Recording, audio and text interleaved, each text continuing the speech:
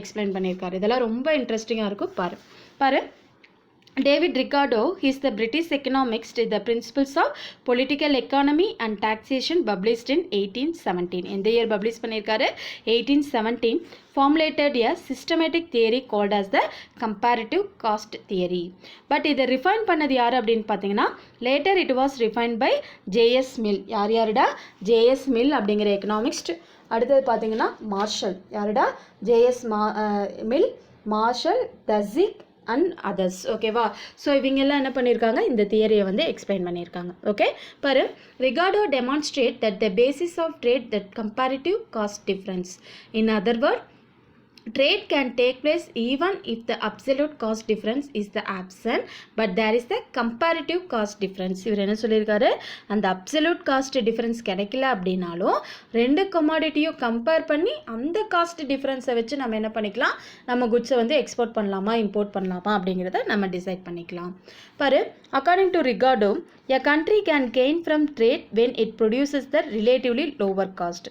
Even when a country enjoys the absolute advantage in both goods, the country would specialize in the production and export of those goods which are relatively more advantageous. So similarly, even when a country has absolute disadvantage in production of both goods, the country would specialize in production and export of the commodity in which the relatively less advantageous. Okay va? So இது புரியுதாடா? அப்ப ஒரு country அந்த ரெண்டு குட்ஸையுமே produce பண்ணுறதுக்கான அட்வான்டேஜஸான ஃபேவரபிளான situation இருந்தாலும் அதில் எது நமக்கு அப்சல்யூட் காஸ்ட் அட்வான்டேஜாவோ, ஓகே, அதர்வைஸ் கம்பேரிட்டிவ் காஸ்ட் அட்வான்டேஜாவோ நமக்கு கிடைக்குதோ அந்த மாதிரி குட்ஸை ஸ்பெஷலைஸ் பண்ணுறதுல எது ஸ்பெஷலிஸ்ட்டாக நம்ம கண்ட்ரியில் நம்ம டிவிஷன் ஆஃப் லேபர் அப்படின்னு பார்த்தோம் இல்லையா, அப்போ எந்த goods which is the specialised அப்படிங்கிற குட்ஸை நம்மளால் இன்னும் நல்லா மோராக ப்ரொடியூஸ் பண்ண முடியுமோ அந்த மாதிரி குட்ஸை நம்ம என்ன பண்ணலாம், எக்ஸ்போர்ட் பண்ணிவிட்டு கான்ட்ராஸ்டாக கம்மியான லோ காஸ்ட் ஆஃப் அட்வான்டேஜாக இருக்கிற குட்ஸை நம்ம என்ன பண்ணிக்கலாம், இம்போர்ட் பண்ணிக்கலாம். ஓகே, இதுதான் இந்த தியரியோட பேஸ். ஓகேவா? So as per economic class நம்ம எந்த தியரி ஃபார்முலேட் பண்ணுறது அப்படின்னாலும் we can follow some following assumption. Without assumption we cannot formulate economics theory. Okay, இப்போ இதோட அசம்ஷன் பாருடா. There are only two nations and two commodity. 2 into 2 model. இது என்னன்னு சொல்லுவோம், 2 into 2 model. ரெண்டு குட்ஸ் இருக்கணும், அதே மாதிரி 2 nations இருக்கணும். Labour is only element of the cost of production. நான் சொன்னேன் இல்லையா, ஃபேக்டர்ஸ் ஆஃப் ப்ரொடக்ஷன். ஸோ இந்த இடத்துல எதை மட்டும் எடுத்திருக்கோம், லேபரை மட்டும் காஸ்ட் ஆஃப் ப்ரொடக்ஷனை பேஸாக எடுத்திருக்கோம். அடுத்து பார்த்தீங்கன்னா all labours are equal efficiency. எல்லா டைப் ஆஃப் லேபருமே என்னது, equal efficiency. Labour is perfectly mobile within a country but perfectly immobile between the country. அப்போ நம்ம கண்ட்ரிக்குள்ளே ஈஸியாக இப்போ என்னது, தமிழ்நாடு டு டெல்லியிலேருந்து வெஸ்ட் பெங்கால் அந்த மாதிரி நம்ம கண்ட்ரிக்குள்ளே ஈஸியாக மூவ் ஆகி இருக்கிற மாதிரியும், அதர் கண்ட்ரிஸ் நம்ம கண்ட்ரிலேருந்து இன்னொரு கண்ட்ரிக்கு போகிறப்ப it should be immobile, move ஆக முடியாத மாதிரியும் அந்த மாதிரி சுச்சுவேஷன் இருக்கணும். Within a country perfect mobile, மொபைல்னா movable, between the countries immovable, அந்த மாதிரி இருக்கணும். சரியா? அடுத்தது பார்த்தீங்கன்னா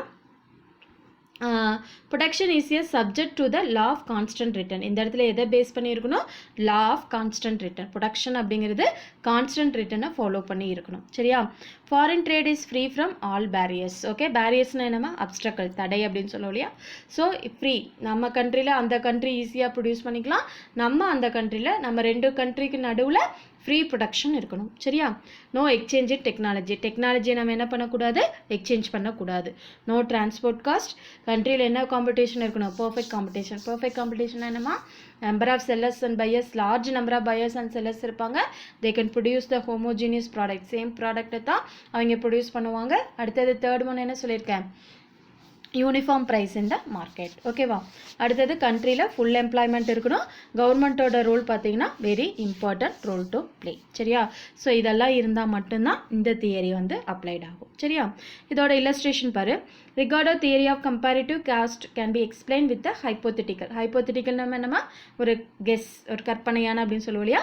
ஹைப்போதெட்டிக்கல் எக்ஸாம்பிளாக production of cost cloth and wheat in America and India. நம்ம அசம்ஷனில் பார்த்தோம்ல, 2 goods 2 countries. அப்போ 2 goods அப்படிங்கிறப்ப கிளாத்து வீட்டும் எடுத்துக்கிறோம், 2 countries அப்படிங்கிறப்ப அமெரிக்கா அண்ட் இந்தியா. அந்த டயக்ராமில் பாரு, ஷெட்யூலில் பாரு, இந்த இடத்துல யூனிட்ஸ் ஆஃப் லேபர் ஒரே ஒரு லேபர் மட்டும்தான், ஒரே ஒரு ஃபேக்டர்ஸ் ஆஃப் ப்ரொடக்ஷன் மட்டும்தான் எடுத்துக்கணும்னு சொன்னோன்னா அப்போ இங்கே என்ன மட்டும் எடுத்திருக்கோம், லேபர் மட்டும் எடுத்திருக்கோம். ஓகேவா? இப்போ கண்ட்ரி பாரு, அமெரிக்கா, இந்தியா. கிளாத் பார்த்தீங்கன்னா அவங்க 100 கிளாத் ப்ரொடியூஸ் பண்ணுற அளவுக்கு அவங்க கிட்ட கெப்பாசிட்டி இருக்குது. வீட் பார்த்தீங்கன்னா 120 யூனிட். அதே இந்தியாவில் பார்த்தீங்கன்னா 90, 80. அப்போ டொமஸ்டிக் அவங்களோட எக்ஸ்சேஞ்ச் ரேட் பாரு, ஒரு பாயிண்ட் வீட் ஈக்குவல் டு 1.2 கிளாத்து. அதே 1 வீட் நம்மளோட கண்ட்ரியில் பார்த்தீங்கன்னா 1 வீட் ஈக்குவல் டு 0.88 கிளாத். அப்போ அந்த இதை பார்த்தீங்கனாலே உனக்கு நல்லா தெரியும். சரியா? அப்போ கிளாத்து ப்ரொடியூஸ் பண்ணுறப்ப அவங்களுக்கு அதிகமான அட்வான்டேஜஸ் கிடைக்குது. ஏன்னா அதோட இது பார்த்தீங்கன்னா 1 வீட் ஈக்குவல் டு 1.2 கிளாத்து. ஆனால் நம்ம கண்ட்ரியில் வீட்டு ப்ரொடக்ஷன் அதிகமாக இருக்குது. அந்த 80 அப்படிங்கிறது 1 வீட் ஈக்குவல் டு 0.88 கிளாத்து. ஓகேவா? இந்த டயக்ராம் பாரு, எக்ஸ் ஆக்சிஸில் labour required for 1 unit of cloth. இந்த சைடு பார்த்தீங்கன்னா labour required for 1 unit of wheat. அப்போ எக்ஸ் ஆக்சிஸில் கிளாத்து, ஒய் ஆக்சிஸில் வந்து வீட்டு. அப்போ இந்தியாவோட ஃபேவரபிள் பாரு 90, 80. அமெரிக்காவோட ஃபேவரபிள் பார்த்தீங்கன்னா 120, 100. அப்போ இந்த பிக்சர் பார்க்குறப்ப அமெரிக்கா வந்து அதிகமாக ரெண்டுமே ப்ரொடியூஸ் பண்ணுற மாதிரி இருக்கும். ஆனால் காஸ்ட் ஆஃப் ப்ரொடக்ஷனை 2 கண்ட்ரிக்கு வச்சு நம்ம இது பார்க்குறப்ப பார்த்தீங்கன்னா நம்ம கண்ட்ரி வந்து வீட்டுக்கு ஃபேவரபிளாகவும் அமெரிக்கா வந்து பார்த்தீங்கன்னா கிளாத்துக்கு ஃபேவரபிளாகவும் ஃபேக்டர்ஸ் ஆஃப் ப்ரொடக்ஷனை யூஸ் பண்ணியிருப்பாங்க. ஓகேவா? பாரு, it is evident from the example that India has the absolute advantage in production of both cloth and wheat. ஓகேவா? என்னது கிளாத்து வீட்டு ரெண்டுமே என்ன பண்ணிக்கலாம், ஈக்குவலாக வந்து ப்ரொடியூஸ் பண்ணிக்கலாம். சரியா? பட் இந்த பேராகிராஃப் நல்லா கவனி. However, India should concentrate on the production of wheat in which she enjoys the comparative cost advantage. அப்படின்னா 80/120 என்னது less than the 90/100. ஓகேவா? ஸோ பட் அமெரிக்கா, இது வந்து இந்தியாவுக்கு. America, the comparative cost disadvantage is lesser in cloth production. Hence, America will specialize the production of cloth and export to India in exchange for wheat. இந்த point very very important. அப்போ first இதில் பார்த்தீங்கன்னா நமக்கு என்னது, India should concentrate on the production of wheat is enjoys the comparative cost. ஏன்னா வீட் produce பண்ணுறப்ப 80/20 என்னது less than 90/100. ஓகேவா? அப்போ அது நமக்கு இந்தியாவுக்கு எது ஃபேவரபிளாக இருக்குது அப்படின்னு பார்த்தீங்கன்னா அந்த வீட் ப்ரொடக்ஷன் 80/120. ஓகேவா? அந்த ஷெட்யூல் பார்த்து இது பாரு. அமெரிக்காவுக்கு பார்த்தீங்கன்னா 90/100. அதே அந்த இடத்துல எழுதி வச்சுக்கோ. ஓகே, அமெரிக்காவுக்கு 90/100. ஓகேவா? ஸோ இந்த மாதிரி இருக்கிறப்ப ஓகே, அப்போ hence America will specialise in the production of cloth to export to India for exchange for wheat. அப்போ அமெரிக்கா என்ன பண்ணலாம், கிளாத்து வந்து அவங்க ஸ்பெஷலைஸ்டாக இருக்கிறாங்க ப்ரொடியூஸ் பண்ணுறதுல. அப்போ அவங்களுக்கு காஸ்ட் ஆஃப் ப்ரொடக்ஷன் கம்மியாக இருக்குது. ஸோ இந்தியாவுக்கு என்ன பண்ணிக்கலாம், கிளாத்தை எக்ஸ்போர்ட் பண்ணிக்கிட்டு எதோ அதுக்கு பதிலாக எக்ஸ்சேஞ்சாக என்ன பண்ணிக்கலாம், வீட்டை வந்து எக்ஸ்சேஞ்ச் பண்ணிக்கலாம்.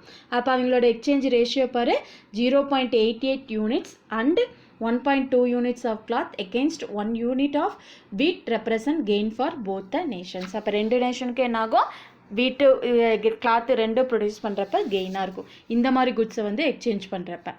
With the trade, India can get 1 unit of cloth and 1 unit of wheat by using 160 labor units. But in the absence of trade, for getting this benefit, India will have to use 170 units of labor. Appa America also gain from this trade. So with the trade, America can get 1 unit of cloth and 1 unit of wheat by using its 200 units of labor. Otherwise, America will have used 220 units of labor for getting 1 unit of cloth and 1 unit of wheat. அப்போ இந்த ஒரு பாயிண்ட்டை நல்லா யோசி. ஓகேவா? Suppose okay America வந்து cloth plus வீட்டு 2 use பண்ணி ப்ரொடியூஸ் பண்ணணும் அப்படின்னா அவங்க எவ்வளோ யூஸ் பண்ணணும், 220 யூனிட்ஸ் வந்து லேபரை வந்து யூஸ் பண்ணணும். ஓகேவா? ஆனால் இதே வந்து அவங்க கிளாத்தை வந்து நம்ம கண்ட்ரிக்கு எக்ஸ்போர்ட் பண்ணிவிட்டு என்ன பண்ணலாம், அதுக்கு பதிலாக வீட்டை வந்து அவங்க இம்போர்ட் பண்ணாங்க அப்படின்னா அவங்களுக்கு எவ்வளோ இருந்தால் போதும் அப்படின்னு பார்த்தீங்கன்னா 200 யூனிட்ஸ் ஆஃப் லேபர் இருந்தால் போதும். சரியா? அப்போ 20 யூனிட்ஸ் லேபர் வந்து அவங்களுக்கு என்ன ஆகுது, சேஃப் ஆகுது. அதுதான் கெயின் ஃப்ரம் இன்டர்நேஷ்னல் ட்ரேட். அதில் அந்த 20 யூனிட் ஆஃப் லேபர் அப்படிங்கிறது தான் அந்த குட்ஸை அவங்க எக்ஸ்போர்ட் பண்ணி இம்போர்ட் பண்ணுறதுனால கிடைச்ச பெனிஃபிட். அது கிளியர் தாங்க. அதே மாதிரி தான் நம்ம கண்ட்ரிக்கும் நம்மளே 2 ப்ரொடியூஸ் பண்ணோம் அப்படின்னா இந்தியாவுக்கு எவ்வளோ தேவைப்படுது, 170 யூனிட்ஸ் ஆஃப் லேபர் தேவைப்படுது. ஆனால் நம்ம வீட்டை வந்து என்ன பண்ணிவிட்டு எக்ஸ்போர்ட் பண்ணிவிட்டு கிளாத்தை வந்து இம்போர்ட் பண்ணோம் அப்படின்னா நமக்கு 160 யூனிட்ஸ் வந்து போதும். சரியா? அப்போ 10 யூனிட் ஆஃப் லேபர் நமக்கு என்னது ஃப்ரீயாக கிடைக்குது. ஓகேவா? அப்போ அதுதான் என்னது கெயின் ஃப்ரம் இன்டர்நேஷ்னல் ட்ரேட். அப்போ ஒரு குட்ஸையும் இன்னொரு குட்ஸையும் நம்ம எக்ஸ்போர்ட் இம்போர்ட் பண்ணுறப்ப இந்த மாதிரி காஸ்ட் அட்வான்டேஜஸை வச்சு இது பண்ணுறது தான் என்னது theory of comparative cost advantage. ஓகேவா? இதை சொன்னது யாருடா? David Ricardo. So as per என்னது நம்மளாம் பார்த்தீங்கன்னா இதுவும் நம்ம என்னது we can follow some criticism. இவ்வளோ தியரிஸ் அட்வான்டேஜ் இருந்தாலும் இதுலேயே என்னது சில கிரிட்டிசிசம் இருக்குது. அது என்னென்னு பார்க்கலாம். Labour cost is small portion of the total cost. So hence the theory based on labour cost is unrealistic. Okay, so இங்கே ஒரே ஒரு ஃபேக்டர்ஸை மட்டும்தான், labour is the only element, நம்ம அசம்ஷன்லேயே படித்தோம் இல்லையா, only element of cost of production அப்படின்னு பார்த்தோம். பட் டோட்டல் ப்ரொடக்ஷனில் லேபரோட role very small role only. Apart from labour என்ன இருக்குது, லேண்ட் இருக்குது, கேபிட்டல் இருக்குது, ஆர்கனைசேஷன் இருக்குது, இந்த மாதிரி அதர் ஃபேக்டர்ஸ் எல்லாமே இருக்குது.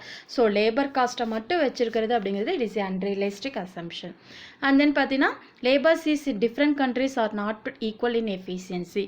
இதில் இன்னொரு அசம்ஷன் என்னடா பார்த்தோம், ஆல் லேபர்ஸ் ஆர் ஈக்குவல் எஃபிஷியன்சின்னு பார்த்தீங்கன்னா, பட் இன் ரியல் லைஃப்பில் எல்லா நம்ம கண்ட்ரியில் இருக்கிற லேபரும் சைனாவில் இருக்கிற லேபரும் ஒரே மாதிரி எஃபிஷியன்சியாக இருக்க மாட்டாங்க. So country to country, person to person இந்த எஃபிஷியன்சி என்னாகும், இட் ஷுட் பி டிஃபர். ஓகேவா? அப்போ இந்த ரெண்டு அசம்ஷனும் we can't acceptable, it is a unrealistic assumption. Are you கிளியர்மா? ஸோ இன்றைக்கி எந்த லெசன்ட்ட ஸ்டார்ட் பண்ணியிருக்கோம், இன்டர்நேஷ்னல் எக்கனாமிக்ஸ் அப்படிங்கிற லெசன் பார்த்தோம். அதோட இன்றைக்கி என்னென்ன பார்த்தோம், இன்ட்ரடக்ஷன் பார்த்தோம். அதை ஃபாலோ பண்ணி இன்டர்நேஷ்னல் ட்ரேட் மீனிங் பார்த்தோம். டைப்ஸ் இன்டர்னல் ட்ரேட்னா என்ன, இன்டர்நேஷ்னல் ட்ரேட் அப்படின்னா அதோட டிஃப்ரென்ஸ் பார்த்தோம். அதை ஃபாலோ பண்ணி Ricardo theory of comparative cost advantage பார்த்தோம். ஆர் யூ கிளியர்மா? தேங்க்யூ.